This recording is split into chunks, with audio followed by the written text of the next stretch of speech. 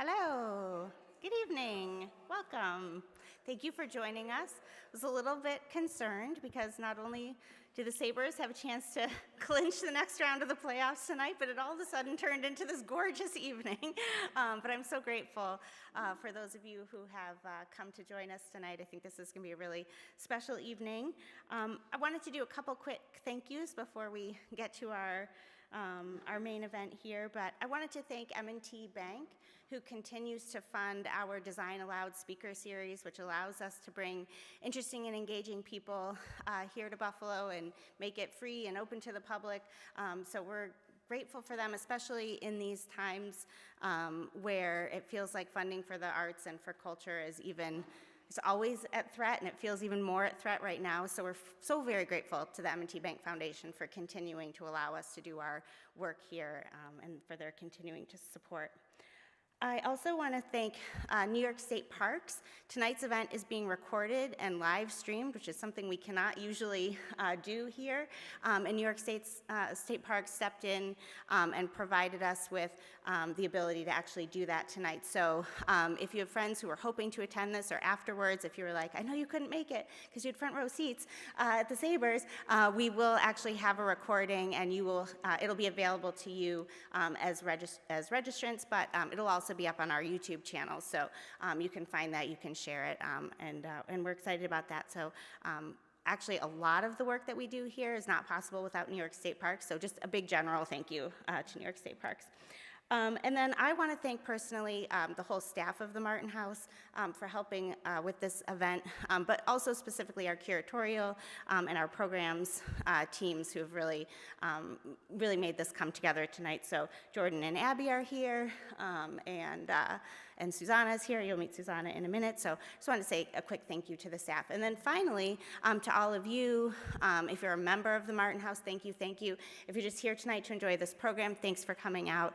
We really appreciate it. We really enjoy talking about design and the impact of museums and collections and things like that on our communities. And we think everyone has a role to play.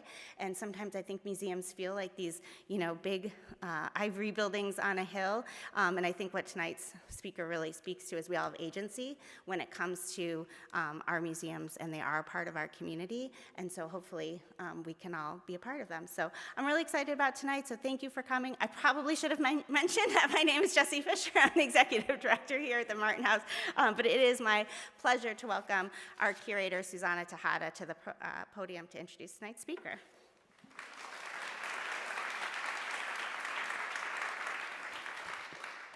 Thank you, Jessie, and good evening to everyone, those who are here in person and those who are joining us virtually. On behalf of Martin House, it's a pleasure to welcome you to our beautiful historic campus for tonight's program. As was just mentioned, this event is part of our Design Aloud lecture series, which is now in its 10th season. And this series brings visionary leaders and thinkers to our community to engage and explore questions at the intersection of architecture, the arts, the humanities, and the role of collecting institutions. And so tonight, we're privileged to host a speaker whose life and work embodies these very themes. Tamara Lanier is a champion for truth and justice whose advocacy has reached across her home state of Connecticut, the nation, and the globe. Throughout a distinguished career in public service, she has been a constant voice for social change. As a 27-year veteran of the state of Connecticut Judicial Branch, Ms. Lanier served as Chief Probation Officer for the Norwich office until her retirement in 2017. Among her many achievements, Ms. Lanier was appointed in 2021 by Governor Ned Lamont to Connecticut's first Hate Crime Advisory Council. And she has also served as a board member of Connecticut's Racial Profiling Prohibition Project, the past vice president of the New London NAACP, and an active member of the St. John Christian's Church of Groton, Connecticut. Ms. Lanier has been recognized with various honors, including Woman of the Year in 2015 by the Connecticut General Assembly's Commission on Afro-American Affairs, a Leaders and Legends Award in 2016 from the Connecticut Commission of Human Rights and Opportunities, and the Inspirational Women's Award in 2019. Beyond these professional accolades, Tamara Lanier is a devoted mother and grandmother. Driven by love of family and a promise made to her mother, she has become a respected figure for speaking truth to power.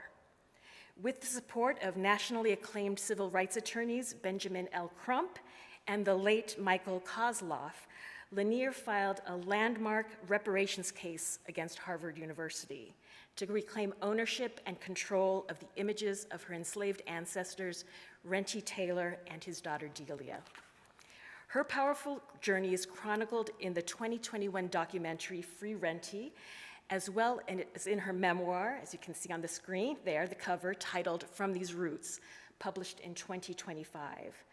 The book has drawn much praise and was recently nominated for a 2026 NAACP Image Award for Outstanding Literary Nonfiction.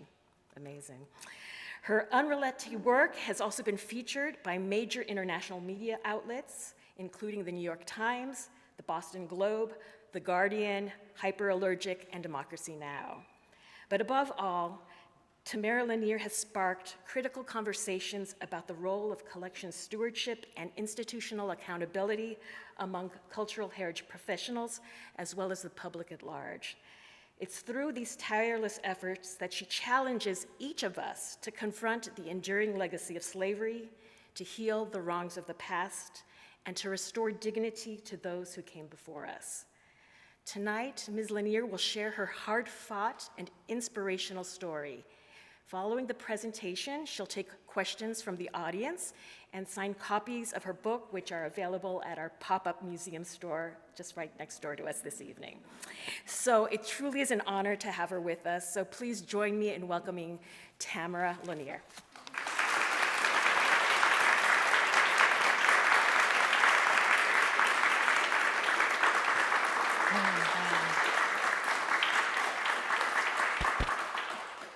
Well, I want to thank you for this opportunity. Thank you to the Martin House and to you all for coming. I know that there's a very important sporting event going on and you can be anywhere but here, but I appreciate your coming and being a part of this event tonight.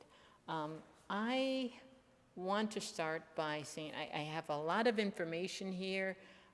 When we leave tonight, I want you to have a more holistic understanding of my story. Hearing it personally from me, I think that the book is, it's an amazing and it's a powerful summary of all the 16-year journey that I had been on in my involvement with Harvard and my quest to recover the cultural property of my enslaved ancestors. And so what I'm going to do, I'm not going to speak, I'm going to go through this so that I have time to get through all of the information that's in the PowerPoint. But again, I want to thank you for coming and thank you for an interest in my journey. And so, and what you see in the background is a copy of my book. And one of the things I like to point out is, in working with the publishers about, creating the cover for the book, there was a lot of discussion about what that should look like, but I want to point you in the direction of a few key things. There's an image of me.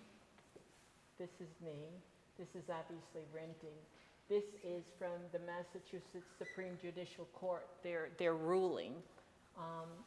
Some of the genealogy work, some of the slave, and so the cover represents my journey, and it was with a lot of thought and hard work to put this collage of images together. So I like to point that out so that people can see and know some of the backstory, and I hope I'm going to do this right. And I'm going to open with a piece from a Harvard law student who shared her understanding of my case on social media. And it attracted my attention because she had over 8 million views when I saw it, and then she went on to get many more. But I think she, in a very, very clean and concise way, summed up my story. And let's see here.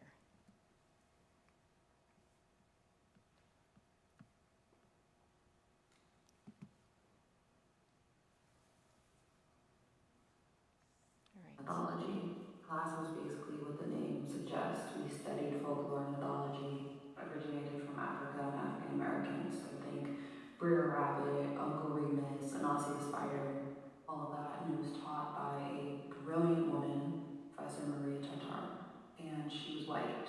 This is important for the story, I promise. And because of the nature of the class, we talked about slavery a lot because that's where a lot of these stories originated. We talked about the Gullah people, the Geechee people. One day, I will never forget this. Professor walks into class and she's so excited. It's like, I did it. I got us access to see the daguerreotypes. Dario, what's a daguerreotype? Well, a daguerreotype is one of the earliest forms of photography. This is before like regular cameras and such. And the pictures are printed on like a silver plate, so it's a mirror, it's reflective. Remember this for later in the story. Anyway, everyone in the class knew exactly what daguerreotypes she was talking about. These daguerreotypes were commissioned by a very famous Harvard professor named Louis Agassiz in the 1850s. And this man believed in polygenesis, which is the idea that basically black people and white people are from different races, like different species. And he really wanted to prove that. So in 1850, he went to South Carolina and found a plantation and decided to have these daguerreotypes of enslaved people there at the time so he could prove his theory. Keep in mind, daguerreotypes are really expensive, so the only people that have access to this type of technology are really rich. Anyway, the story has it, he comes back up to the north, so excited because he has these daguerreotypes, aka pictures of enslaved people. He shows them at a conference or some meeting. And apparently the people there are like, actually, don't ever show this to anyone ever again. He doesn't. He never shows them again. It's not until almost 200 years later, in the 1970s, someone's cleaning out the attic of a Harvard museum, that they find these images, they find these daguerreotypes. During my time at Harvard, these became like a hot commodity, and not anyone could just go see the daguerreotypes when you want it. They're really fragile, so they have to be viewed specially, stored specially, handled specially. Only people with like pull or clout would be able to access them, which is why my professor was so excited that she got us in to see them. So maybe the day after that, we all go to the museum. There's about 10 to 15 people in this class, and the majority of us are black. That's also important for the story. We go into this really dark room, and we have a museum curator with us, and the daguerreotypes are carefully laid out in these like gold plates. And she has on gloves and the whole thing, and she's telling us, basically to be careful, not to touch them, and, go ahead and take a look. And when I tell you words cannot describe what I saw, I had seen images of slavery before, but nothing quite like this. And remember when I said the daguerreotype is sharp and reflective? It's like a mirror. So it felt like they were alive, like they were looking in our eyes and I was looking back in their eyes, and they looked like me. They looked like my grandfather, my grandmother, my aunts, my uncles. And the room was so silent that you could hear a pin drop. When we got to the last one, we all stood against the wall. And the museum curator was like, "Do you guys want to take a second look?" And no one responded. I'm not going to post a picture of what the images look like, but you can look them up. Still, it might not do it any justice because the daguerreotype is such a visceral experience.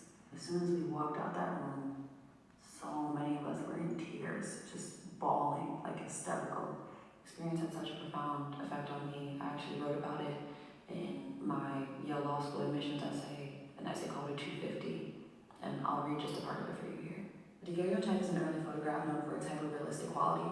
Last month, my professor took my class to see daguerreotypes at Harvard Peabody's museum. Accompanied by a white-gloved assistant, the curator explained how Louis Agassiz, a Harvard professor, commissioned images of enslaved peoples in order to bolster his theory of polygenesis, which argued that people of different races belong to different species. Neither I nor my classmates were prepared for what we saw. In his attempt to dehumanize, Agassiz ironically brought the subjects to life.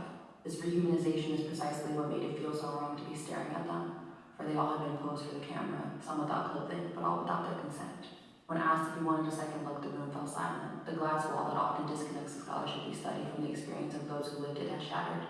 As a class, we decided to draft a letter to the director of the museum asking that Harvard donate the images to the National Museum of African American History. Knowledge and truth, the brutal representations of these immortalized slaves should not be hoarded as treasures unlocked by a privileged few. They deserve to be shared, and perhaps the institution that perpetuated the suffering captured in those photos is not the best home. I feel like, Dario, why are you sharing all of this now? Just last week, a woman who's been suing Harvard, that two of the enslaved people pictured in the photographs, Papa Renty and Delia, his daughter, are her direct ancestors. And this legal challenge has been going on since like just 2 weeks ago, Bird decided to settle the case. This is her here, Tamara Lanier, with her attorney Ben Crump, and Susanna Moore, who's one of the great-great-granddaughters of the Gazis. And the images are going to find their rightful home, Aloud Museum in South Carolina, that's dedicated to honoring people with those history. I think it's a reminder to me and for all of us to not give up and keep going, and to continue capturing and photographing moments in history, especially when you feel like there's moments of injustice or things that are going wrong in this country or the world. History will remember. So I share that because, again, this young lady, a complete stranger, when she went and visited with the daguerreotypes, how profoundly she was impacted by that. And what I wanted, not only Harvard, but everyone to understand is, if complete strangers are looking at this and feeling so connected, so impacted, how do you think I feel? Someone who knows that this man, that I directly descend from this man. So, you know, it's important, and I encourage people to see the images. The daguerreotypes are now currently, and we'll talk a little more about that, in Charleston, South Carolina. And if you have an opportunity, if you're ever there, to visit with them, to see and experience them. I was told that when people view the daguerreotypes now, or when Harvard would show them, they had to put tissue boxes out because it was such a visceral reaction. But Harvard seemed to not understand that if an ordinary person with no connection to these people are having these kinds of reactions, how do you think I felt? And so this image is, the next image is a picture of myself, my mother, and Papa Renty. And when I talk about my 16-year journey with Harvard, I describe it as a labor of love, that this story is about generational love, starting with Papa Renty. It's a story about oral history and preserving oral history and the value of oral history, and in my case, the accuracy of oral history. My mother was born in a small rural community called Mount Meigs, Montgomery, Alabama. And that's important and I'll get to that later, because it's a small community in Montgomery. And it also happened to be land that was owned by the slaveholder Benjamin Franklin Taylor, who enslaved Papa Renty and the others.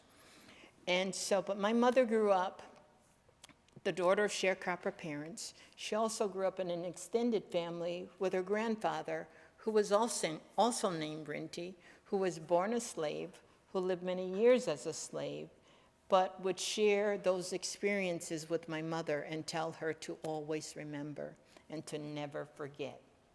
And so my mother did exactly that. When I grew up, you know, my childhood, when I reflect back on that and my conversations with my mother, it always ended when she would talk about our genealogy and she would talk about our family history. She would say, always remember and never forget. And as she got older and grew older and her health began to fail, she started saying, I want you to write this down. And so that was her mantra. She would say this over and over to me. And I share this all because Papa Renty was so very important to his family. He was so very important to his children. There are 5 generations of men named after this man, from Papa Renty to where I stand. He had a son, he named him Renty. And in my book, I delineate them as Renty 1, 2, 3, 4, 5, just to keep up with them because it gets difficult and confusing. But the last Renty was my mother's brother, Renty. And I do share that the other 2, in my generation, there were 2 men. My brother was named after my father, and my cousin was named after his father. And I have a grandson. I have 2 grandsons, and one of them I call Renty, though he is named after his father.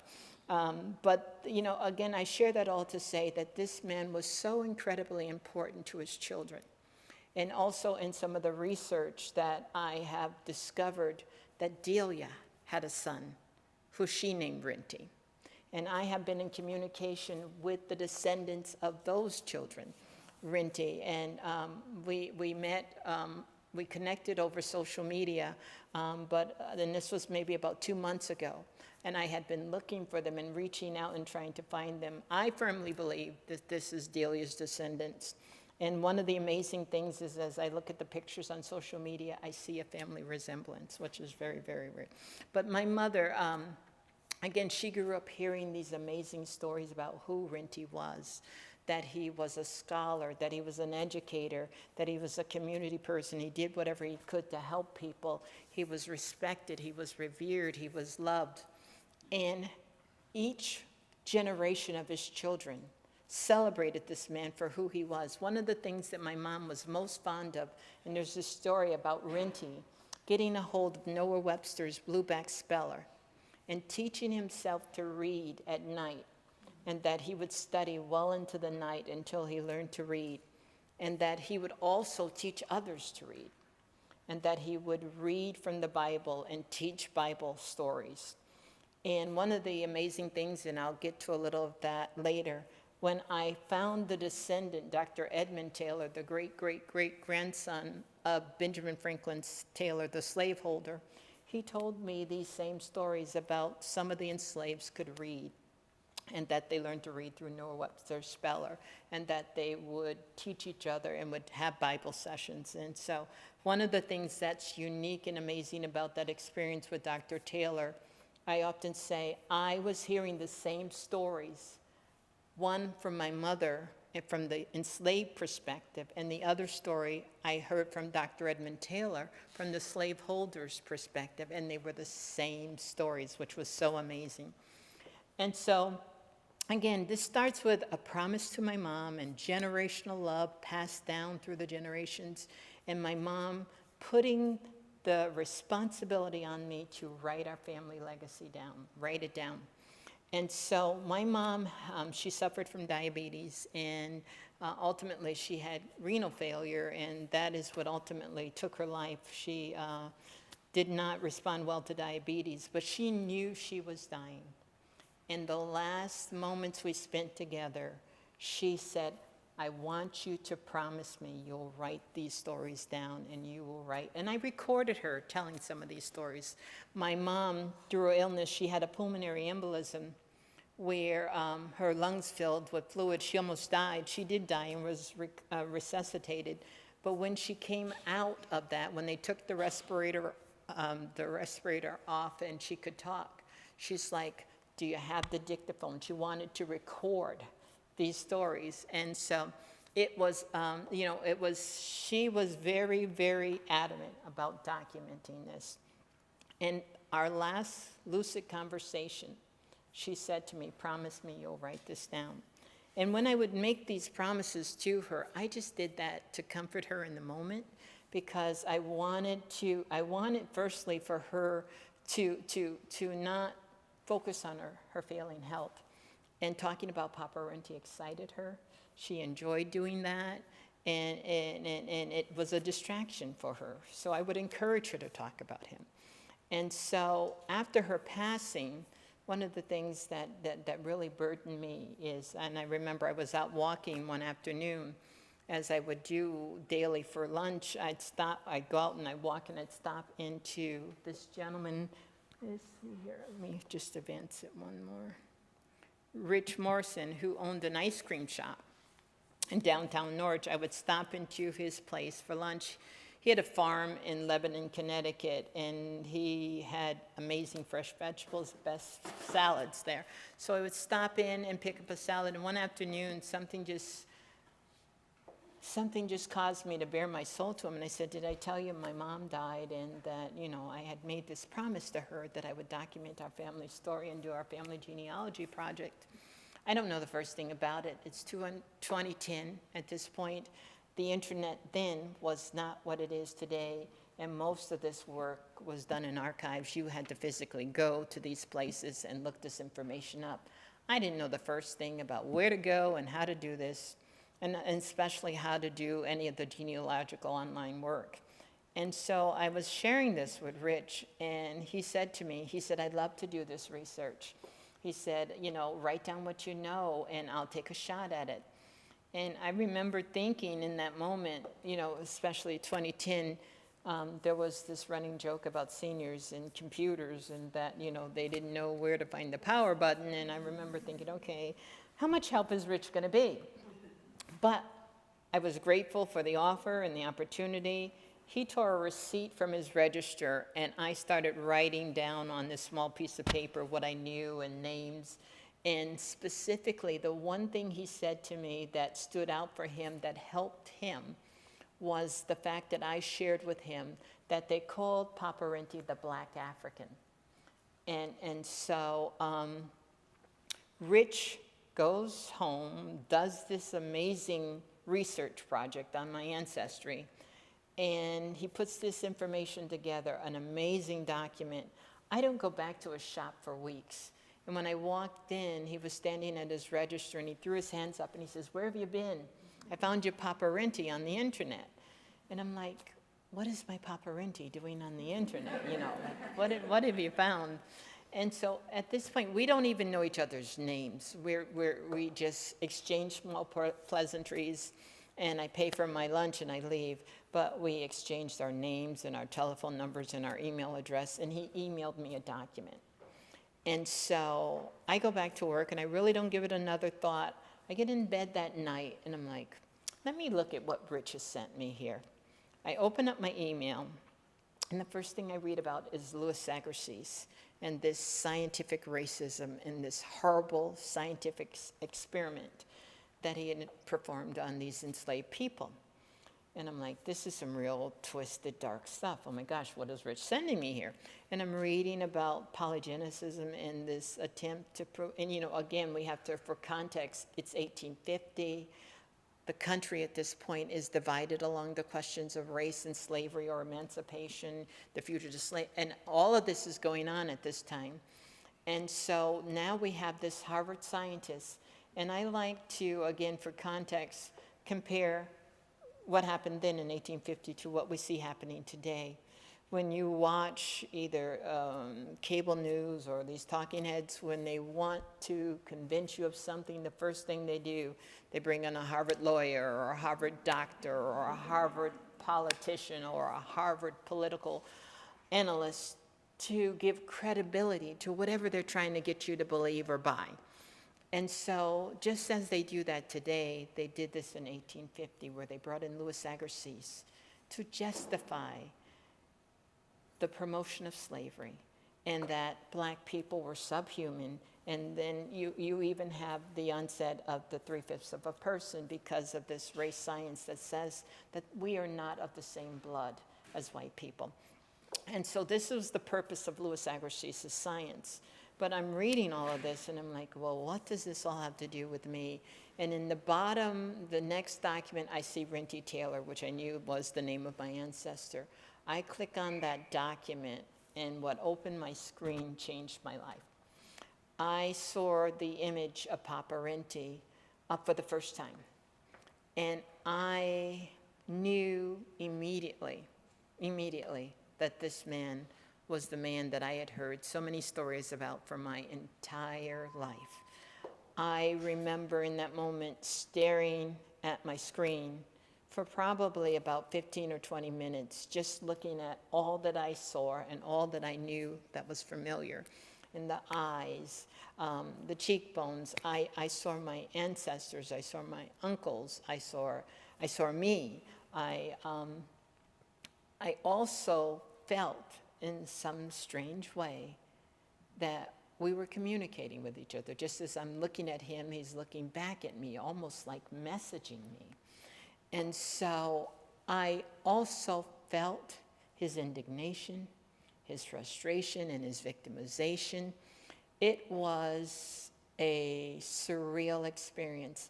And I remember thinking, because in college I majored in history, why did I not see this? Why did I not know this? How did I miss this? And then I'm thinking about my mother. She heard so many amazing stories, but she never saw an image of Papa Renty. And here we are 3 months after her passing. Why didn't I find this sooner so that she could have seen an image of Papa Renty? And I'm lamenting over that, and then I'm thinking, oh my God, I just read about this race science where these people were used to prove white supremacy and black inferiority. I'm like, oh my God. So it was an amazing roller coaster ride for me because, again, my oral history about this man was that he was an educator and that he was, in my mind, not the example of black inferiority, but black excellence. One of the things that my mom would say is that, when she would brag so proudly about Papa Renty and his literacy, she would say, it's not easy to teach yourself to read if you don't know how to read. And I actually traveled to West Hartford, Connecticut, and got a copy of Noah Webster's Blueback Speller. And I can tell you, I'd like to think of myself as, relatively educated and could, maybe teach myself. But I know that I could not have taken that book and taught myself to read if I didn't have a foundation in literacy or reading.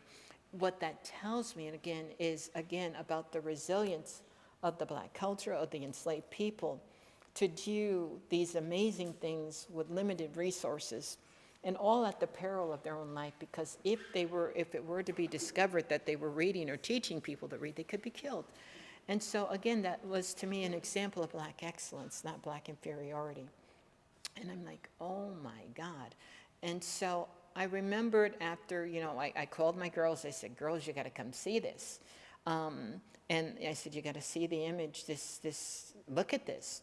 And my oldest daughter said something that I thought was so very profound. She said, when Grandma would tell her these stories, she created an image of Papa Renty in her mind of what he would look like, and she created an image of a man who was like 10 feet tall and this giant of a person, because my mom would tell these giant-like stories. And she remarked on how weathered he looked, and how frail he looked, and it was so very different from the Papa Renty that she had created in her mind. And my other daughter, my youngest daughter, just was so taken back by how much of me she saw in him, how much of my uncles she saw in him. And she's like, Ma, you have his eyes.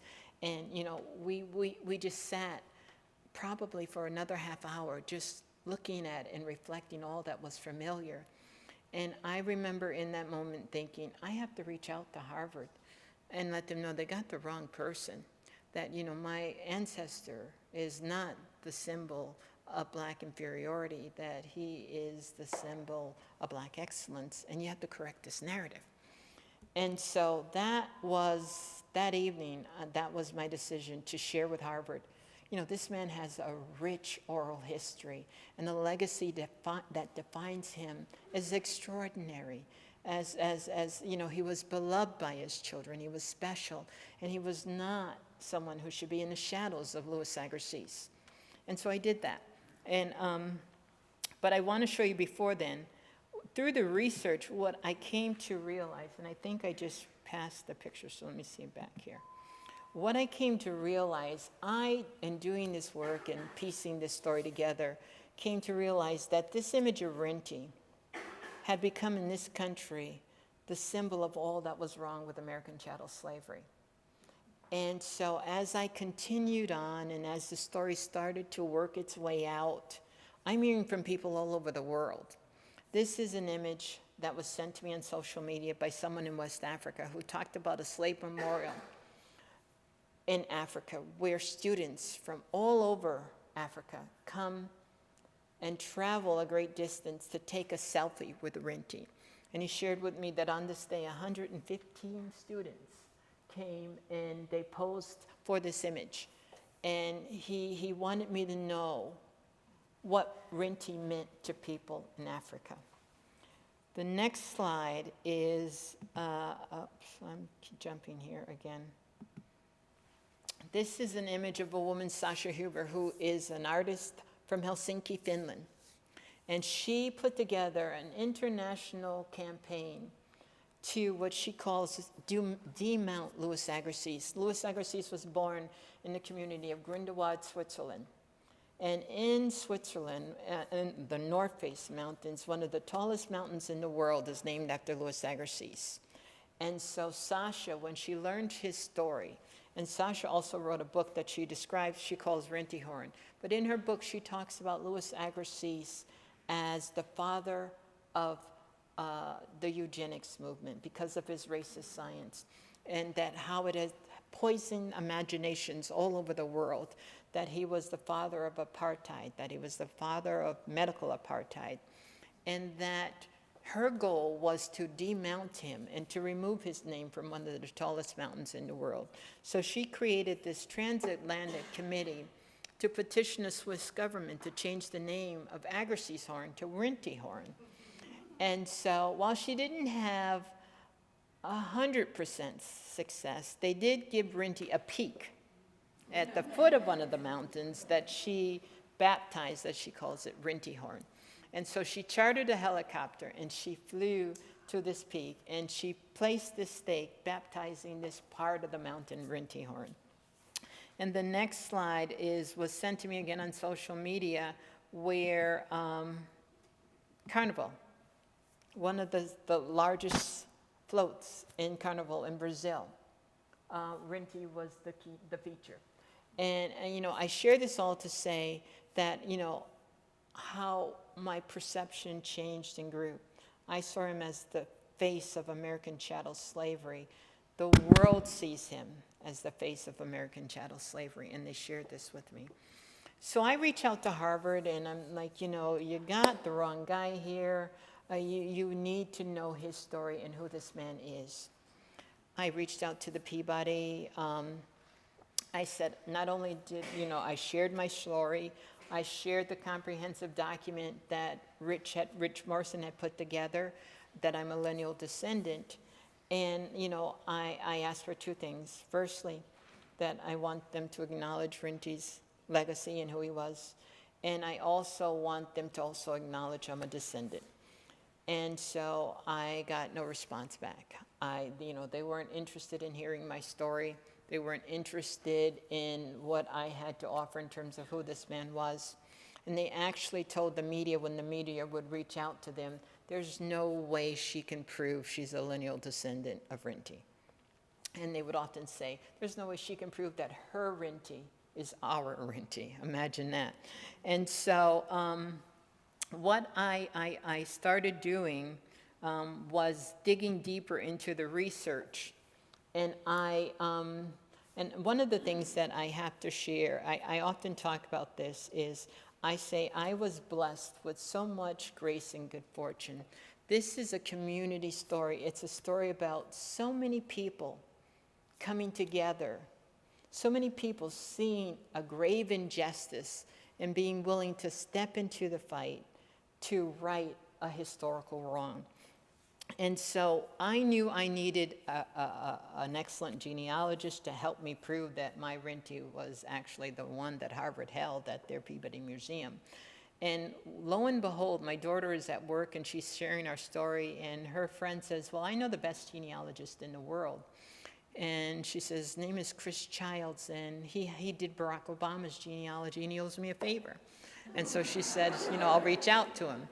But I share that all to say, within moments after she reached out to him, Chris and I were on the phone talking, and Chris actually said, I have friends, some Mormon friends who have all this research, and I will make a phone call to them. So like within a couple of hours, I had the slaveholder's will, the slaveholder's index of his, slaves and his property. I had things that I, on my own, never would have been able to access or get. And so in reviewing that, one of the things that I recognized when I'm going through the slaveholders index, my family, one of the things my mom would often say is generationally, the children are named after the generation that came before them, and that we were named so that we could find each other, or that the enslaved people named their children so that they could find them. So I had unusual names, like my Renty 3. The man in the image's grandson, his mother was named Tena, T-E-N-A. So, I knew this. I have my mom recorded talking about that. So I'm looking in Benjamin Franklin Taylor's slave index, and I see Tena, and I see Jack, I see Renty, I see my family, all of the unusual names spelt the way they're spelt. I see them all there. And so I'm like, this is beyond amazing, because in doing the genealogical work for descendants of American chattel slavery, you hit what most genealogists call the brick wall. And that is because when you're doing this research and you get beyond, or you get to the 1880s, 1870s, the information is scarce or non-existent because not only firstly, there was no concerted effort to document Black birth, Black life, or Black death. There were no birth certificates, there were no death certificates, there was none of that. You were just finding them in the slaveholders' property information. And so beyond that, what the Civil War didn't destroy, no one took an effort to document it anyway. So there's very little that you can hope to find. And so for me, when I'm, finding all this information in my ancestors, just as they are named in these wills and in these documents, I'm like, oh my God, this is amazing. So I was so very grateful for that. And so I also started with, when I'm working with Chris, one of the things that became abundantly clear for me is in order for me to find my family, I had to find the descendants of the slaveholder to find out where they settled, because they enslaved my ancestors and my ancestors settled where they did. And so I needed this document to find out where they were, to find out where my enslaved ancestors were as well. And so I also knew that I needed to speak with a descendant of the slaveholder to find out as much as I can about the Taylors. That, my mom would say, one of the things, always remember, we're Taylors, not Thompsons. And so, lo and behold, because of social media and connecting with people on social media, I do find a descendant of Benjamin Franklin Taylor, Dr. Edmund Taylor. And again, this is another moment where I talk about I will never forget. I was working with a young lady that I happened to meet on social media. Her name is Rose, and she's from Columbia, South Carolina, where the plantation was. And so I connect with her, and then as we're talking, I learned that Rose also descended from Benjamin Franklin Taylor's plantation. I'm like, oh my gosh, what a coincidence. And I'm talking with her, and I say, Rose, I need to find a Taylor descendant. And so she connects me with Dr. Edmund Taylor. She gives me his number. And I remember when she gave it to me, I'm like, Rose, are you going to call him? She says, I'm not going to call him. You call him. So I call him. And, it's funny because, again, a moment I'll never forget. I just dialed it without thinking. And then when the phone began ringing, I'm like, what are you going to say? And so I, the phone's ringing, and then I'm thinking, okay, maybe no one's going to answer. But when this young lady answered the phone, I said, you don't know me. My name is Tamara Lanier, and I'm working on a genealogical project where I'm trying to piece my family together, and I'm trying to find a descendant of Benjamin Franklin Taylor where I might perhaps find where my ancestors are. And so she was like, I think son probably. But she was very, very pleasant. And she said, you would want to speak to my dad, but he's 98 years old and hard of hearing. And I'm like, oh no. So, but ultimately we talked because, I could hear her talking, yelling, we were communicating back and forth very loudly. But ultimately, I was invited to come and spend the weekend at Dr. Taylor's house in Columbia, South Carolina. And so, and again, a moment I'll never forget, I hung up the phone and I said to my girls, we're going to Columbia, South Carolina to spend the weekend with the family who enslaved our ancestors, whose family enslaved our ancestors. And, their expression on their faces, like, because, like they knew how persistent I was, and they were like, oh no, Mom, you're kidding me, right? And I was like, no, we are really going, because, and what I said to them is, I need to speak with him because he has information that I need. And my girls were like, you don't know anything about this person, they enslaved our ancestors, you don't know how they feel about Black people, what do you, And so, but ultimately I went, and it was one of the most amazing experiences of my life. And I say that only because Dr. Taylor, and I will show you an image of him. Yes, this is Dr. Taylor, me, and his wife. And so Dr. Taylor reminded me of my mother. He was clearly the keeper of his family story. He was proud of his ancestors despite the fact that they were slaveholding family.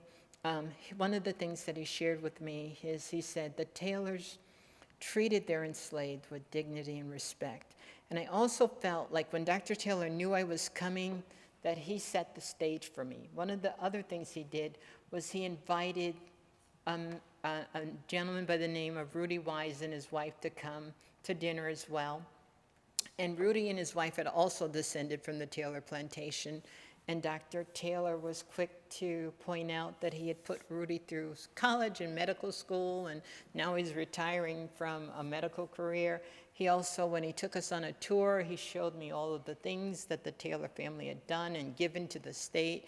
And I felt like he was trying to show me that they had done so much to atone for the legacy of slavery in their family. And it was almost to the point where he was trying too hard to convince me. And I was like, Dr. Taylor, just relax. I'm here for information, no judgment. And so I had to keep reminding him that that wasn't important to me. I just needed the information I needed to piece my story together. And so we had an interesting conversation because also the Taylor family, a prominent slaveholding family, and not only South Carolina, North Carolina, Georgia, Alabama, New Orleans, throughout the South. Dr. Taylor would talk about they traveled the South establishing Christian churches. They also were proliferating work farms and plantations as well. And so, but what happened was Louis Agassiz and Daniel Webster and other politicians traveled from Boston to South Carolina to visit with the Taylor family, to see what he describes as the benevolent slaveholders and the benevolence of the Taylor family. And he talked about, and he wrote about in his book, in his memoirs, that after Daniel Webster, who's a man who would have been president if he had accepted the vice president nominee, he talked about how Daniel Webster went back to the Senate floor and vowed never to speak against slavery again after visiting the Taylor plantation.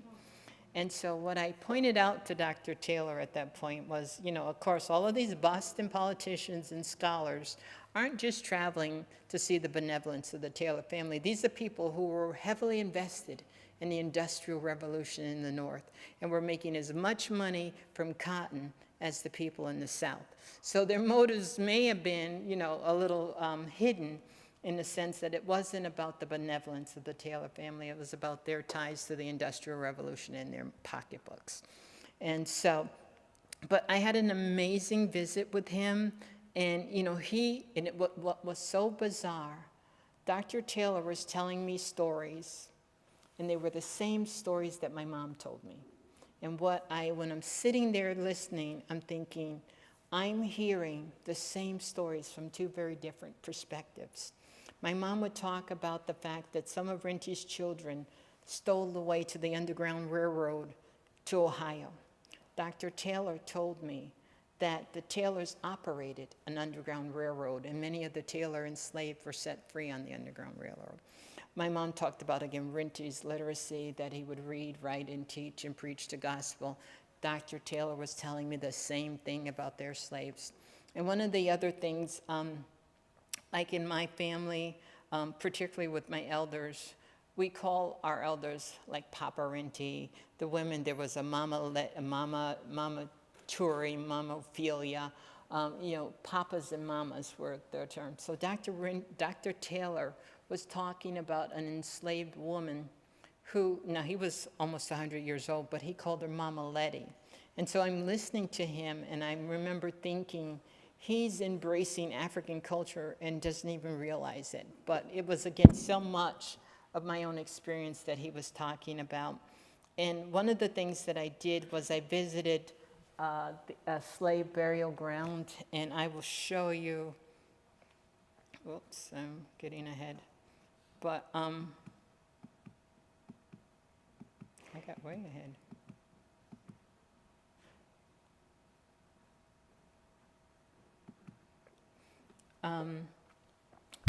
this picture here, when I visited, I want to also go back and talk, when Dr. Edmund Taylor was talking, he said that we were sitting at a table that was hand-carved by the family carpenter, the enslaved family carpenter, and eating from the dishes that belonged to Benjamin Franklin Taylor, the slaveholder.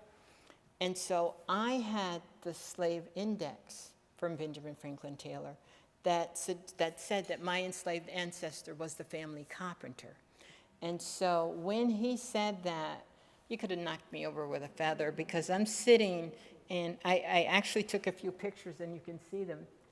But what I was so taken aback by was just the detail of the woodwork. That's almost 200 years old. The chair that I'm sitting in, I mean, my own kitchen chairs weren't that sturdy, you know. So I'm thinking, these chairs, this table and chairs, 200 years old, carved by my family, carved by my ancestor, but is so resilient. And it just, I was lost in that moment, just, you know, a moment of pride, you know, that my ancestors were so resourceful and so resilient and, you know, so, how do I, you know, just a pride in their craftsmanship. And I said to him later, I said, Dr. Taylor, I have the family index that says my ancestor is the carpenter. And I asked him if I could take a picture of the image, and he let me do that. And this is us standing behind some of the woodwork and at the table and chairs, and I was just amazed. The other thing with the slave burial ground, when we visited that, one of the things that, you know, troubled me is, you know, the person who was with us, who was familiar with the history of South Carolina, pointed to these yucca plants. And we were in this wasteland. It was just a horrible space. But what you could see was just a sea of yucca plants. And what he said was these were used as headstones for markers by enslaved people. When they buried someone, they would plant the yucca plant. He talked about how it would bloom in the spring and they would be beautiful, but there was just a wave of yucca plants. And I remember thinking, you know, lamenting about just the devaluing of Black life, that many of these people, some of them Civil War heroes who lived their entire lives enslaved, who worked their entire lives, built the South, no record of their birth, no record of their life, and at their death they were thrown away, and all that exists to show that they existed were these plants, and it was just a sad moment. But my trip to South Carolina and with Dr. Edmund Taylor, like I said, is something I will remember for as long as I live, and one of the things I value probably the most in this journey, because I received a wealth of information. There was an understanding about, you know, it put things in perspective for me about why Harvard was doing what they did. One of the things Dr. Taylor, remember, Louis Agassiz's science was about proving Black inferiority.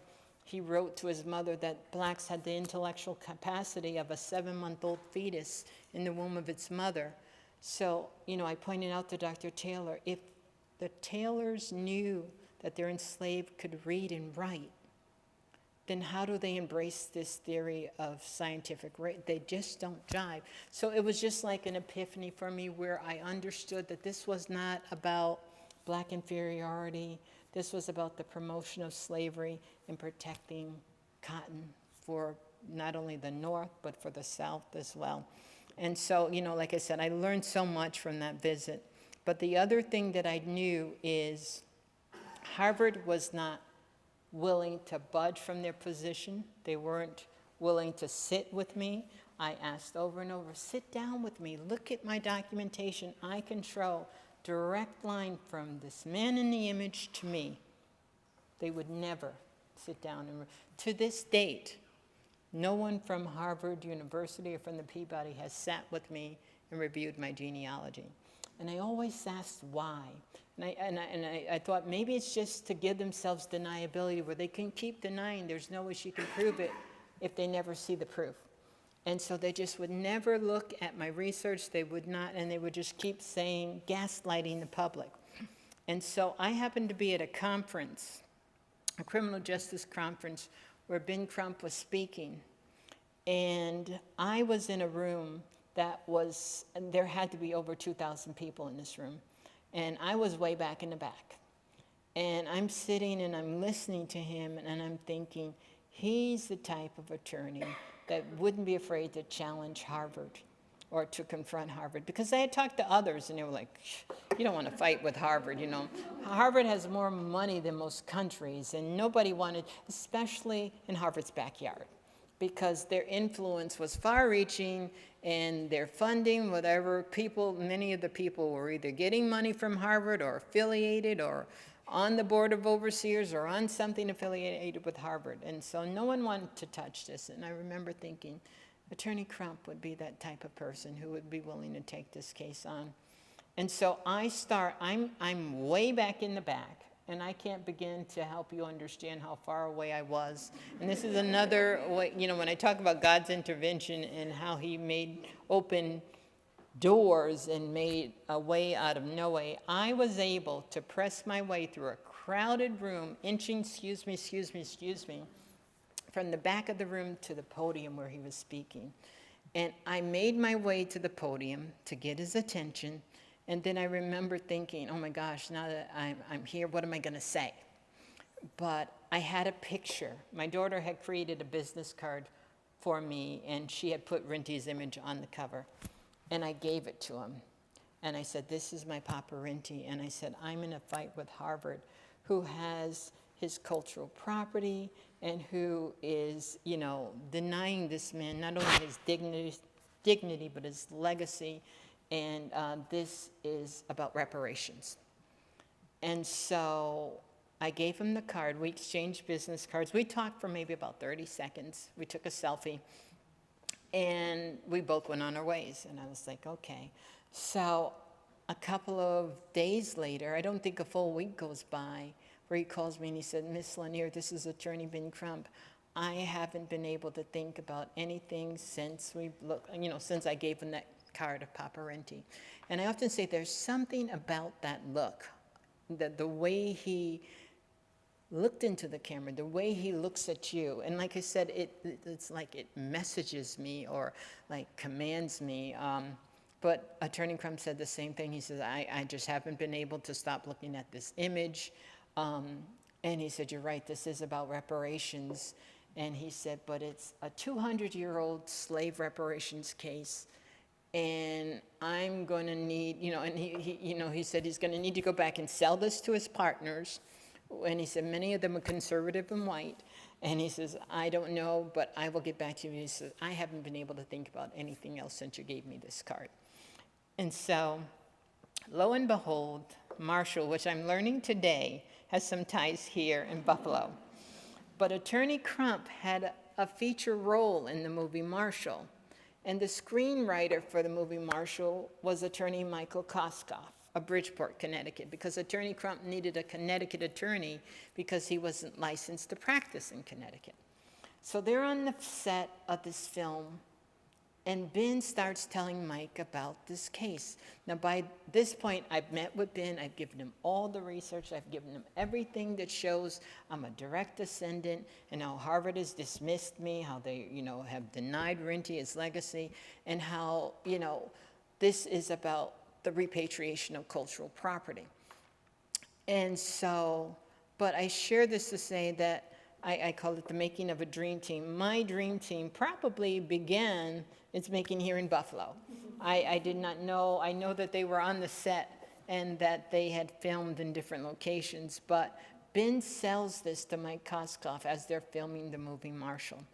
And Mike is a Connecticut attorney who's known for many things. His law firm defended the Sandy Hook family. They successfully sued Remington, and the first law firm to hold a gun manufacturer responsible for the mass casualty caused by their weapons. Alex Jones recently for the slanderous comments he made against this.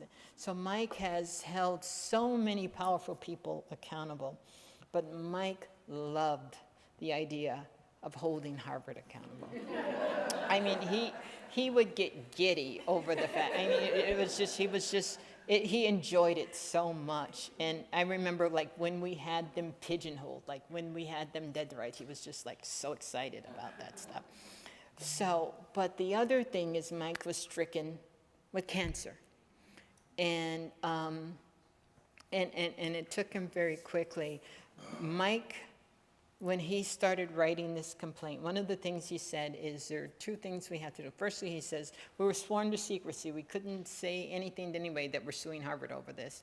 But he said, we have to win this case in two courts, the court of public opinion and in the court of law. So he says, we have to be the best storyteller. And we have to tell this story in a way that captures people's imagination, their attention, and their sympathy. So Mike says, I have a cousin who's this amazing documenter, David Rubin, who has done, internationally known documenter. And David begins the Free Renty project that was a documentary that was done, and it's an amazing documentary. And Harvard, again, talking about catching and killing stories, they were able to catch and kill a lot of media stories, and they were trying to shut down this documentary, but it went forward, and it was a very successful, very powerful documentary. But Mike wanted to tell the story in a way that not only captured, my experience with Harvard, but also Harvard's resistance, Harvard's apprehension, Harvard's unexplainable resistance to this story. And so we put the documentary together, but also Mike starts on the complaint. And so when we talked about it, he sent me an email and he says, I put together a complaint that is going to rock Harvard back on its heels. But Mike did this through his chemo treatments, through his hospital stays. And, he made phones from his hospital bed. And so I learned from his son that he told his son that I want to live to file this complaint. And so we filed on March 19th, and we had a press conference outside of Harvard's club in New York. And it was, when we filed, it made the front page of the New York Times. Every major media outlet picked it up.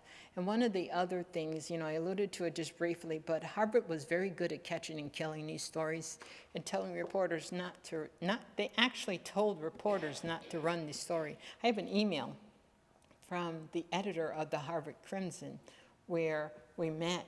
I traveled from my home in Connecticut to Cambridge, spent the day there with reporters from the Crimson, and they did a video diary, they did all this work, and then a couple of days later, he emails me apologizing, saying because of the concerns that the Peabody raised, I'm not going to be able to run the story. I'm like, oh my gosh.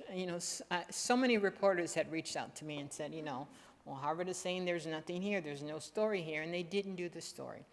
But now it's on the front page of the New York Times, and it's being picked up by the AP, and everybody is telling the story now, and Harvard can't control it anymore.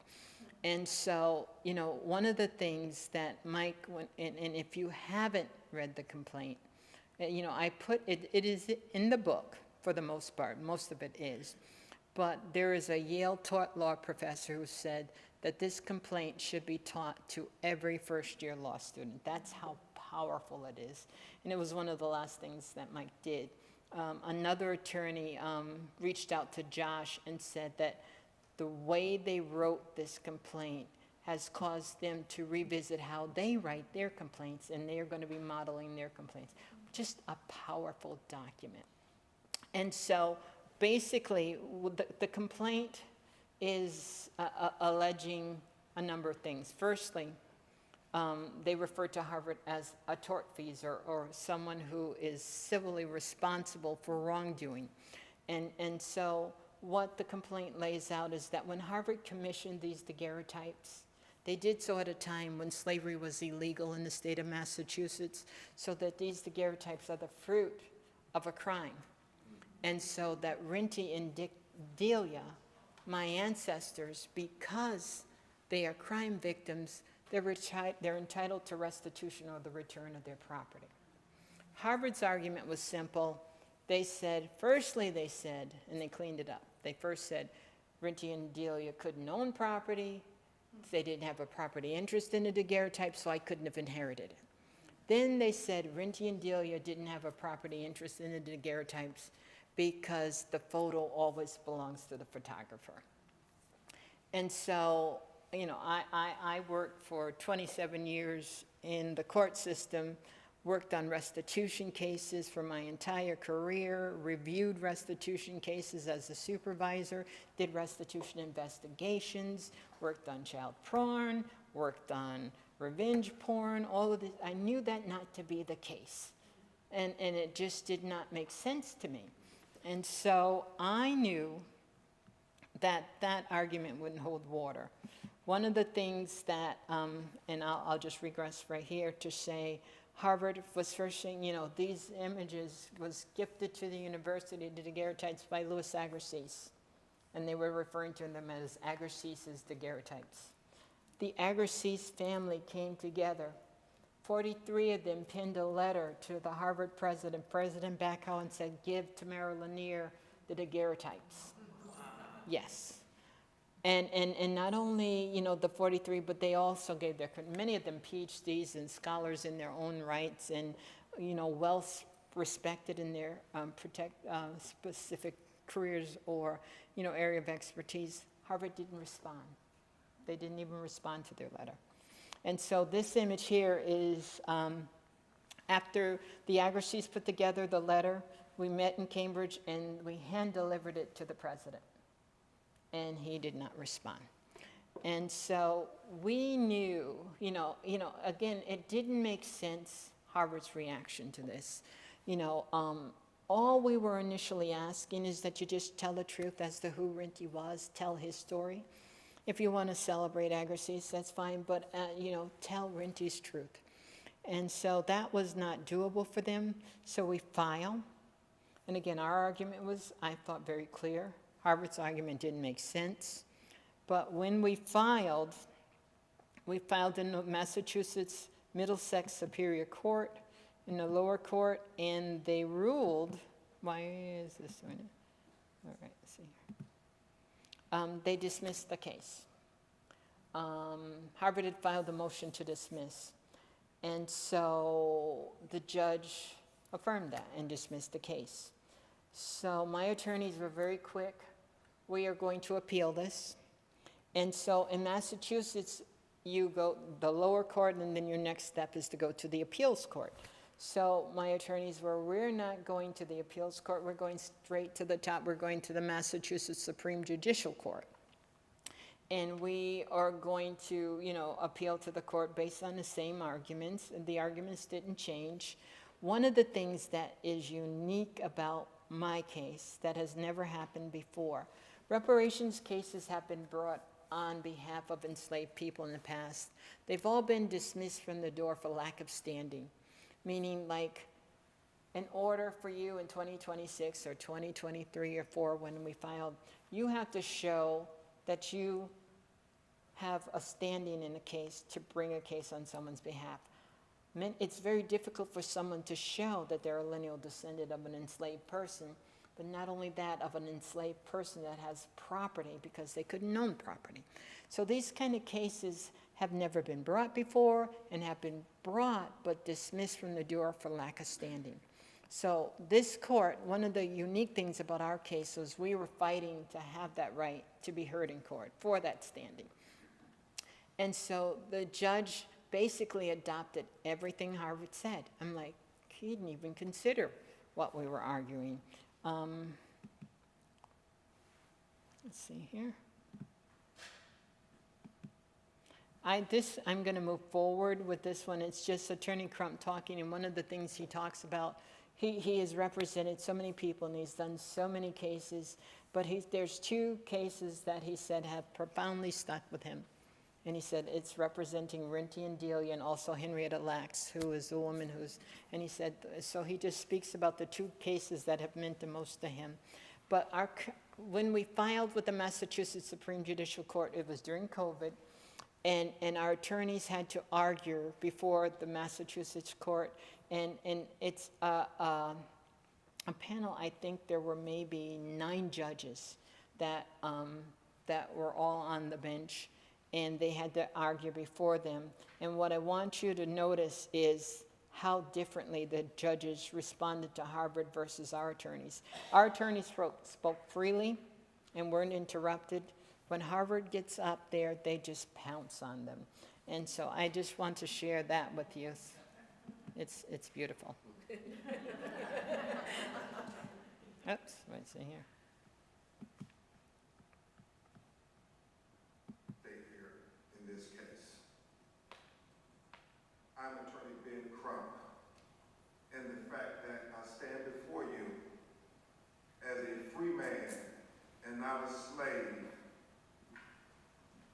is a testament to someone's decision to change the course of human history. It is a testament to our legal system, a testament that was led by the courts here in Massachusetts when Chief Justice James Cushing in 1783 judicially abolished slavery in the Walker case. And it is the reason why he is so often quoted, even 250 years later, with the holding that the idea of slavery is inconsistent with our conduct and our Constitution. The second historical reference. And so the next slide, and I'll just for context, before the hearing, there were briefs that were submitted on our behalf. 2 Harvard students had written briefs. One by the name of Jared Drake, he submitted a brief. He had captioned, "Harvard archives bear strange fruit. There's blood on the leaves and blood on the roots." And what he talked about was the notion of provenance. And basically, like, when you think, I like to think of it as like a title search. Like, in order to receive an artifact, you have to receive it from someone who has a lawful right to give it. And he has to have documents that show that. And that, so there is a paper trail with every artifact.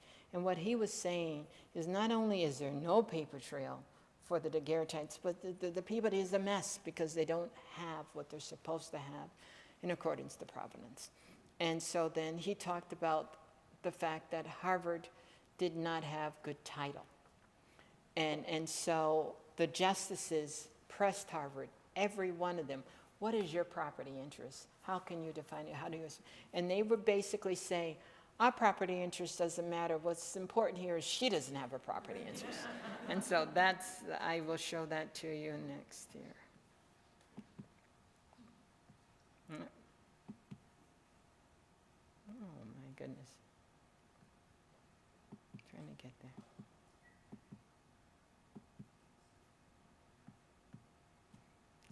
Okay. That is one that I think we had trouble with that slide. But what I want to do, if I could, I want you to hear it if you can't see it. Here we go. Because it's so important, because the court, not only did they press, what is your property interest, and they couldn't define it, you see where the court, bear with me for just 1 second.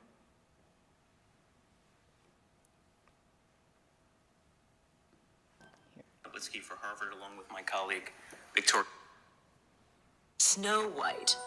Once you take a bite of this apple, I will become the most. Okay, let's not do Snow White. All right. For Harvard, along with my colleague, Victoria Steinberg. I want to make clear at the outset that no one here disputes the grave evils of slavery or that Louis Agassiz's scientific theories of white supremacy were abhorrent. And certainly, no one here disputes that Renty and Delia were treated unconscionably, and it's more than clear that the daguerreotypes at issue were produced in utterly egregious circumstances. What is Harvard's possessory interest in these daguerreotypes, and where does it stem from? Well, so I don't think that question is clear from the answer to that question is clear from the complaint. They allege So that Harvard why doesn't have doesn't this case go back to determine who has a superior right, as your opposing counsel has said? because the plaintiff's claims all turn on the proposition that she has a possessory interest or a property interest in these daguerreotypes. So it doesn't, Harvard's possessory interest as to the threshold question of whether she can bring these claims doesn't matter. It's, somebody can't, go ahead, I'm sorry, were you? No, I'm just curious and listening. Oh, okay, so attentively. somebody can't bring a conversion action to get damages or a plebiscite action to retrieve somebody else's property. So right? you're It doesn't matter suggesting whether it's Harvard's maybe or... she's just called it the wrong thing. What we really need is an interpleader action to say whose rights are superior here. Well, if she filed that kind of action, I don't think it would make a difference, because I think the threshold question is just whether there is a property interest in the subjects of a photograph. If the answer to that question... Wait. That's important. Let's not frame it that way. That's important, right? Because if what they're saying is, in these awful circumstances where you're performing, in the words of Mr. Crumpet, an illegitimate scientific racist experiment, should Harvard get to keep the pictures? I understand they've got some difficult arguments to make to explain their property interest, but your simple point that just because you're the photographer, you get to keep the picture, there are exceptions to that rule. If you kidnap somebody and take half-naked pictures of them, you don't get to keep the pictures. You take pictures of a child naked, that's a crime. You don't get to keep the pictures. So there are limits on your possessory interests if it arises out of criminal or tortious behavior, right? Absolutely right. So, and so I was in court, and I was cautiously optimistic. I was cautiously optimistic because I had heard, they. All right, please. Every justice was like, you don't get to keep the pictures. If you committed a crime, you kidnapped someone, you don't get to keep those. And so I remember thinking as I left court that day that the court was going to rule in my favor. I just firmly believe, just based on the line of questioning, I felt really, really good about it. It took 8 months, and the court did rule. And so the ruling was, as I view it, a split decision. They did agree that I had standing to move forward. And so that had never happened before, and my attorneys were over the moon excited about the historicness of that. And that, this is the first reparations case to survive a motion to dismiss and go forward. They also enlarged our complaint to say, not only can you go forward, but you can sue Harvard for the way they treated you, and that Harvard's past history cannot be divorced from their present history for the way they treated your ancestors as well. Unprecedented. It hadn't happened before. And so they were just like giddy about that. But they also said Harvard could keep the daguerreotypes. And I was like, oh my God, how do we get here? And so, my attorneys, I remember, were sitting and they're trying to convince me that this is the best thing. And really, even though I was terribly disappointed, I remember saying, I feel like I'm leaving a loved one behind. I feel like I'm leaving one of my children with an abusive daycare provider. I feel like, I cannot leave my ancestors with Harvard because they're being abused. But the one thing that they pointed out was, if I could never win custody and care of the daguerreotypes, because one of the things, the legal quagmire that would present for me, anyone related to me could sue me as I've sued Harvard for an interest in the daguerreotypes. And they're saying you could be bogged down in litigation for the rest of your life with that. So I knew that if I were to get them, I'd have to immediately give them to somebody. I could not own the daguerreotypes. I knew that. But the other thing was the way the Supreme Court reamed out Harvard. I mean, they really took them to task. And the Chief Justice, one of the things she said, and I can read this to you here, and I need to grab my glasses. Yep, I will need to grab my glasses. But the court, their 91-page decision was a stinging indictment of Harvard. And we conclude that Harvard's present obligations cannot be divorced from its past abuses. In light of Harvard's complicity in the horrific actions surrounding the creation of the daguerreotypes, once Lanier communicated her understanding that the daguerreotypes depicted her ancestor and provided supporting documentation, we discern in both existing and social values and customs and appropriate social policy a duty on Harvard's part to take reasonable care in responding to her. That was Judge Kafker. But the other judges, the other two judges, Justice Budd, Chief Justice, she basically called Harvard out on basically their public campaign to say that we are studying our ties with slavery. We're pledging $100 million to look at this. That was all propaganda. That was all PR. They didn't mean any of it. And the Chief Justice called them out on that. When the decision was rendered, it again was picked up by the AP. Black Women Makes History, an emotional distress case. Justice Budd. Harvard's conduct thus belies its purported commitment to enable descendants to recover their histories, to tell their stories, or repair meaningfully the harm it has done. They just called Harvard out. And Chief Justice Cipher went even beyond that because she said to them, I disagree. We should not dismiss my claim to get the daguerreotypes, that should go forward. So it was a historic decision, and this is an image of the Harvard students. I try to make a point to clarify when I talk about how horrible Harvard treated me.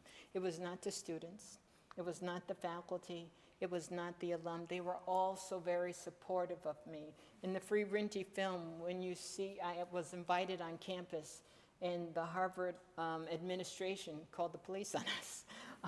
So it was, there was so much support internally from Harvard, and the students were a big part of that. They actually, all the student clubs and organizations voted to condemn the university for the way it's treated me. And then I published my book, which I think had a big, it's a tell-all, and this is, there's a fraction, I'm sharing with you now, a fraction of what's in the book, but none of it fared well for Harvard. It was not a good look. And I think after that book was published and it started making the rounds, Harvard reached out to my attorneys and said, let's talk. So I think that had a lot to do with it. And let's see here if I can get this to play. I don't think I can. And so I think, well, I had an audio here, but what it is in the last chapter of my book, I explain that when this book is published, I am going to take it to my mother's graveside, and I'm going to give her a copy, and I'm going to say, I kept my promise, and here, I've written it down. And so this is what I did. The book was published in January, and I get chills when I talk about my mom because just of our relationship and what she meant to me. But she loved flowers, and so I took her book, I mounted it on a cross, and I preserved the book. I mounted it on the cross, I wrapped it with flowers, and I surrounded it with flowers, and me, my grandson, and my sister, and my children, we all went to her graveside, and I gave her her copy of the book and said, I have kept my promise, and I've written it down. And one of the things that I learned from they submitted the book to be considered for a Pulitzer. And so very excited about that. It was also nominated for an award with the NAACP, a very prestigious award. And, well, how did I get here? All right, I'm just going to take glasses. I'm going to have to call for help for this one. I'm out of the presentation mode. All right. Let's see here.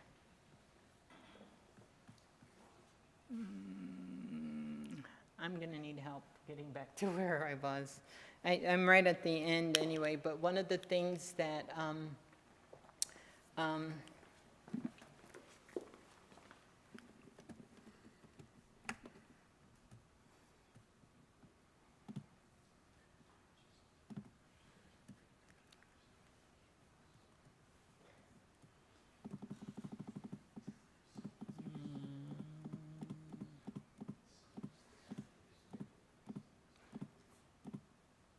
there we go. There we go. Yes. And so when Harvard reached out, let's see if this plays, and I don't think it does. University will give up what are believed to be the earliest photographs of enslaved people. The 175-year-old pictures will now head to a museum of African American history in South Carolina. Now, this is a part of a settlement with a woman who says she's a descendant of the people in the photos.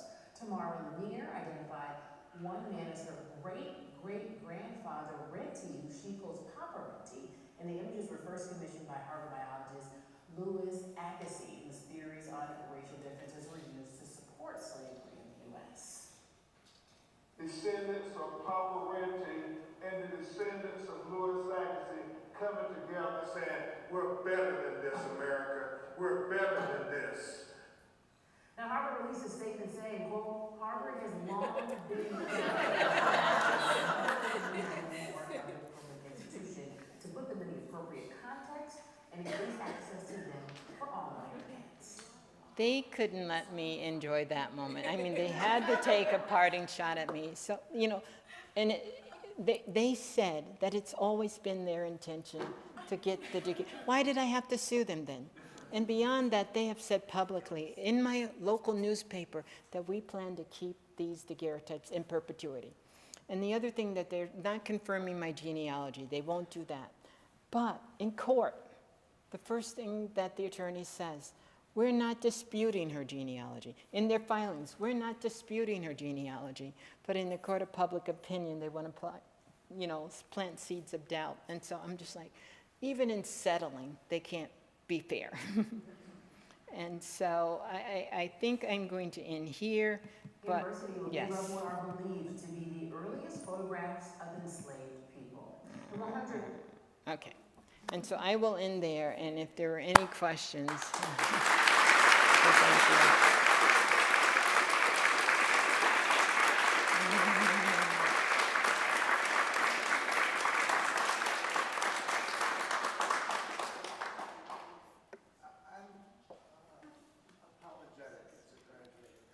And I appreciated your comments about the Harvard students, because I was in Proctor freshman dorms there. I don't understand Harvard's hubris or self-interest. It seems such a stupid position for them to take. Do you have a sense of why? Absolutely. I mean, and to go to the mat, to the very end, fighting this, for what? And, you know, in every argument, even in court, they looked ridiculous. They really did. They were making an argument for plunder. Like my attorney said, why don't you just give the daguerreotypes back? One of the other thing that Harvard, they were saying, as an academic institution, this is what we do. We tell stories, and we do.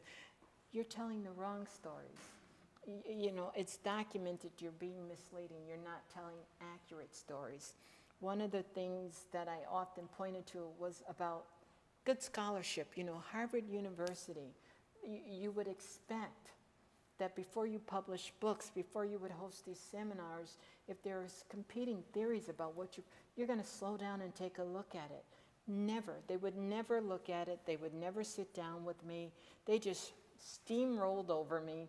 And just would not, did not look back, would not reconsider, even to the very bitter end. Why wouldn't Henry Louis Gates respond to you? Okay, so in the settlement, there's a lot that, that kind of pigeonholes me where I can't talk about, but I believe it's still online. If you go to the Massachusetts Supreme Judicial Court case look up this case, you'll find some amazing stuff. You'll find all of the filings. And one of the filings is where there was, on behalf of Henry Louis Gates, there was a motion to prevent Henry from having to be deposed. And its argument was that I'm only deposing him because of his celebrity. And our argument was, you've hosted seminars about this case. You've written specifically about me in the book, The Enduring Legacy of the Delia daguerreotypes, where you say this woman has come forward claiming to be a descendant, and these daguerreotypes are too important to belong to the world. So he had a lot to do with this, but did not want to be deposed. And there's a lot, and so I had to agree to be confidential about a lot of this, but I can only surmise that, you know, when I talk about the hubris of Harvard, I think it was, they were just indignant that a layperson was challenging their scholarship, their authority, their credibility. And one of the other things that I write about in the book, Rich Morrison, who did the initial research, Harvard commissioned scholars from all over the world to do what I call opposition research, to find an alternative theory for the case. But, you know, again, in my chapter, Facts Are Stubborn Things, you can't change what is.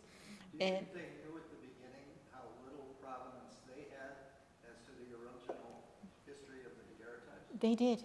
And it's just gaslighting because, because there had, like, Harvard had done the students, and like I said, the students were amazing, and they were feeding me information. Like, they were texting me, they were tagging me on social media. Many of them, like, they would say, when Harvard came out with its pledge of $100 million to study their ties with slavery, one student reached out and said, this is the 6th time they've done this. They did this in 2007, 2008, 2009, 2000, and every time the students did the work and they buried the report. And so, you know, Harvard knew, but it was just gaslighting on a level that firstly didn't make sense to me. I didn't understand, and I will never understand why they fought me so hard. For what reason? Because it was just atypical, amoral. It was, you look ridiculous making an argument for plunder. And the fact that in terms of good scholarship, you do not want to know this information. You, as the premier academic institution in the world, should not only want to know this information, but publicly review it and acknowledge, you know, that you've done so. They've never looked at any of this, and I just don't understand. I think as a result of the research and all the visibility of this, your quest, has the identity of any of the other images come to light, or their ancestors? For Delia, I have, and the reason why I so firmly believe that these are Delia's descendants, there is a book that's entitled Renty's Bell, and it talks about an enslaved man named Renty Tucker. And in this book, it refers to Renty Tucker's, and the timing, the timeline matches. Renty Tucker's mother was Delia, which was, okay, that's kind of looking like it might work. But what clinched it for me, in Benjamin Franklin Taylor's will, he gives my great-great-grandmother Tina Taylor and her son Renty III, to his daughter Annie W. Mazik. Renty Tucker, I'm reading it because I'm reading Renty's story. He was a carpenter, and he built the community of Georgetown, South Carolina, and it talks about, you know, his mastery with carpentry, all sounding like my family story. But when I learned his mother was Delia, I'm like, interesting. But when I learned he was owned by Benjamin Franklin Taylor's daughter, Annie W. Mazik, that was too much of a coincidence not to be true. So my Renty III, my mother's grandfather, Renty III, and Renty Tucker were owned by the same person, and that person was the daughter of the slaveholder, which shows that nexus there that cannot be denied. So in that book, Renty Tucker, the author writes about a great-great-granddaughter. I find her on social media, and I start reaching out and sending messages, but she doesn't really have a presence there. And that was years ago. And about 3 months ago, someone responded. And I said, do you know, I believe you are Delia Taylor's descendant. And we start talking and things, and then when I start looking at family pictures, I'm seeing resemblances and things. So, I mean, it gives me chills. So I know, I believe in my heart of hearts, so I have not done, and it's so labor intensive to do this piecework and this mixing and matching and trying to make things fit. But I believe that they're descendants of Delia. It's too much of a coincidence not to be. And there is also Jack. In the index, Jack is with Tina. T-E-N-A, my great-great-grandmother. So I believe that Jack is a relative. And then there is, this person was commissioned by Harvard, so I just take that with a grain of salt. But he believes that he has found Jim and Jim's family. But until I go in and do the, I want to say math, but matching myself, I will take that with a grain of salt. Because he has said and done so other things in the book that he published and that were completely wrong. And the woman who called out his errors was the woman who did Michelle Obama's genealogy. And so it was a woman of credibility. And, you know, like in this book that he and Henry Gates work on, he talks about Jack's daughter, Draina. And one of the things that I learned is Draina's name is not Draina, D-R-A-N-A, it's Diana with an I instead of an R. And that he writes about her dying and where she's buried. She didn't die. She's right there with Renty's family. And you see her as Diana with the family. And he writes about the fact that Renty and Delia were given to Benjamin Franklin Taylor's sister-in-law. And Tony Carrier, who was the genealogist who did Michelle Obama, said that can't be because she died first. She couldn't have inherited from him because she died first. But this is the person who did the work on the book with Henry Gates. Yes. My name is Delia. I'm a PhD student in the Indigenous Studies Department.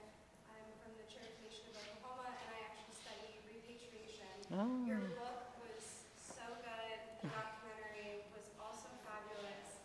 I was hoping that you could speak to the differences, or if you see a difference in the language of repatriation versus reparation in your case. And then I'm curious if the logics of the Native American Grave Protection and Repatriation Act was used in your filings. I have more questions too. Yeah. Well, I do talk about all of those things in the book. And also there's the HERE Act, the Holocaust Expropriated Art and Recovery Act, which hurts my heart because there's a story about this Austrian-born woman by the name of Maria Altmann, whose cultural property was looted by the Nazis. And it was about her, and it's the same story. The only difference is race. And what our government does is they pass this HERE Act, which says if you have property that was looted through the Holocaust, you have an obligation to seek out the descendants of that and give it back. If I were a Jewish woman, I wouldn't have to sue Harvard. Harvard would just have to give it back to me. If I were Native American, and I could prove my lineage as a Native American, the Native American Grave Protection and Repatriation would require Harvard to give me the property back. But there is not that kind of protection for descendants of American chattel slavery. And there's not even a willingness to have the conversation, which is hurtful because it's just, again, it's about race and the disinheritance of Black people. And the sooner we recognize that and be honest about what's happening, then maybe the sooner we can have the conversation about the generational trauma associated with slavery. It still persists. And so there is not a willingness to give descendants of American chattel slavery the same protections or equal protections as has been afforded to other aggrieved groups. And that's very disappointing. Well, I think this is probably a good place to stop the conversation here at the podium. Please join me in giving thanks to Tamara.